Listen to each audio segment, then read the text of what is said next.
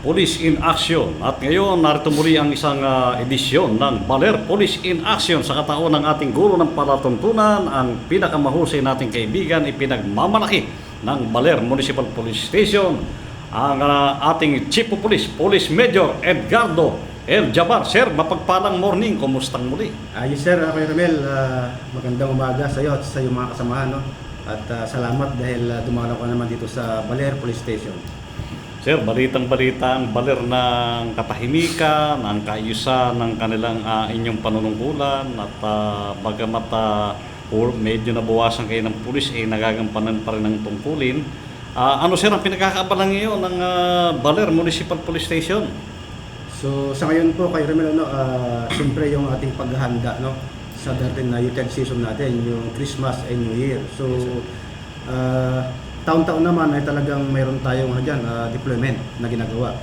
So ngayon, start na kanina yung ating Miss de Gallo, yung simbang gabi. Yes, sir. So yun ang first deployment natin and tuloy-tuloy na yan hanggang sa New Year na po yan. So ganoon nga, may mga deployment tayo sa ating mga places of convergence, sa ating mga bus terminal, sa ating mga mga simbahan natin, and marami pang iba. So dapat yan ma-maintain natin para hindi tayo magkaroon ng maraming incident dito sa bayan ng Baler.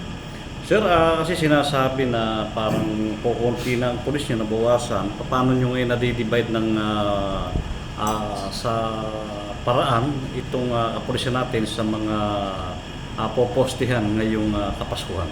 So okay, magandang tanong niyo, Karamel. Okay naman, kasi may augmentation tayo from First Mobile Force Company. Yes, sir. And then doon sa PHQ. So nagbigay sila ng additional personnel para tumulong dito sa bayan ng Baler dahil alam naman natin talaga na kukunti ang personnel natin. Pero okay, kayang-kaya pa naman. Sir, may tanong tayong tinanggap. Kasama na ba sir dito yung mga OJT? Mayroon tayong on-the-job training dati, yung mga bagong graduate na police. Ngayon, wala na sila ngayon. Nag-report na sila doon sa unit, doon sa training center para doon sa kanilang susunod na BISOC training. Yes, sir. Kumusta naman sir yung peace and order sa larangan ng mga huli nyo, droga, illegal, at kung ano pa yung ating pinaghuhuli ngayon nakalipas ng mga linggo?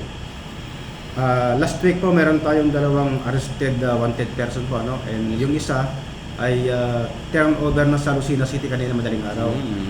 And ngayon meron tayong isang nakadetain dyan is violation ng rape. So for inquest naman mo yan.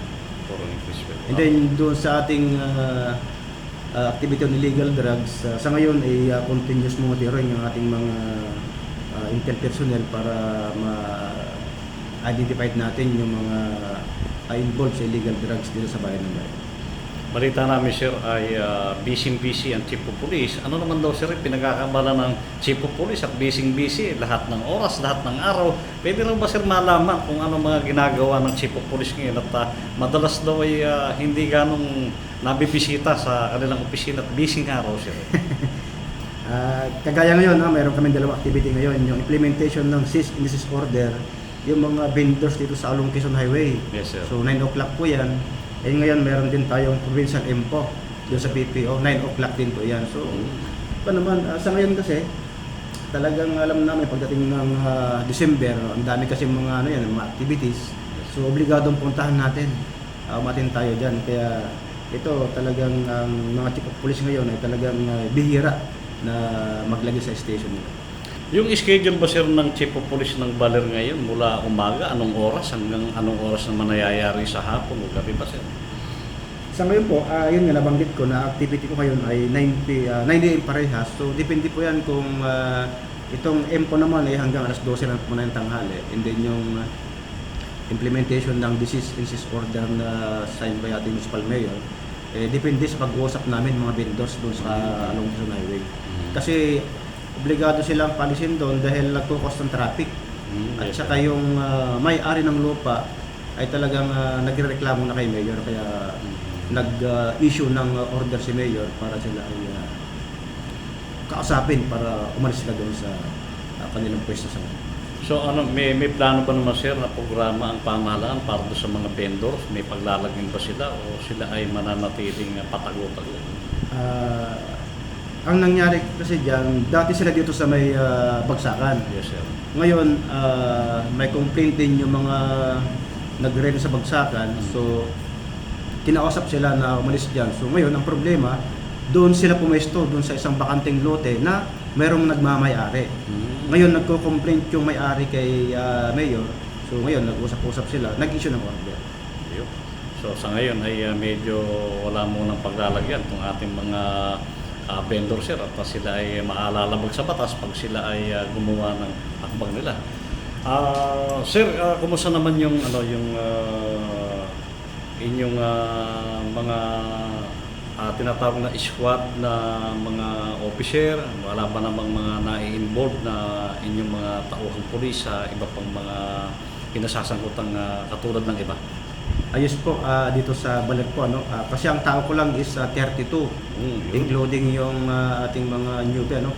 So wala, ako 100% yung tao ko dito sa Baler walang involved sa illegal activities natin. Wow. Kasi monitor natin talaga yan. Mabuhay ang pulis ng Baler Aurora sir. Sir, alam ko sir na maraming pang tanong pero marami kayong gagawin. Last question na sir, o nasina sir ang pagkakataon kung ano pa yung nais mong iparating sa ating mga kababayan na dapat naman nilang malaman. So sa ngayon po, ano, sabi ko kanina, parte na yung Kapaskuhan natin. So siguro mag-ingat tayo kung sakaling dito sa Baler, lalo yung mga galing na Manila, magbabakasyon. Kunting ingat lang kasi hindi natin alam kasi ang mga pangyayari, no? Minsan ang ating panahon hindi natin maintindihan kung ano ito, mamaya may bagyo na naman. So ingat lang lalo sa travel natin. And pagdating dito sa bayan ng Baler, safe na safe pa naman, peaceful pa ba? Okay sir, may pahabol na tanong. Sa mall daw, ilang pulis ang nakalagay sa mga mall sir? Meron tayong tiga-apat.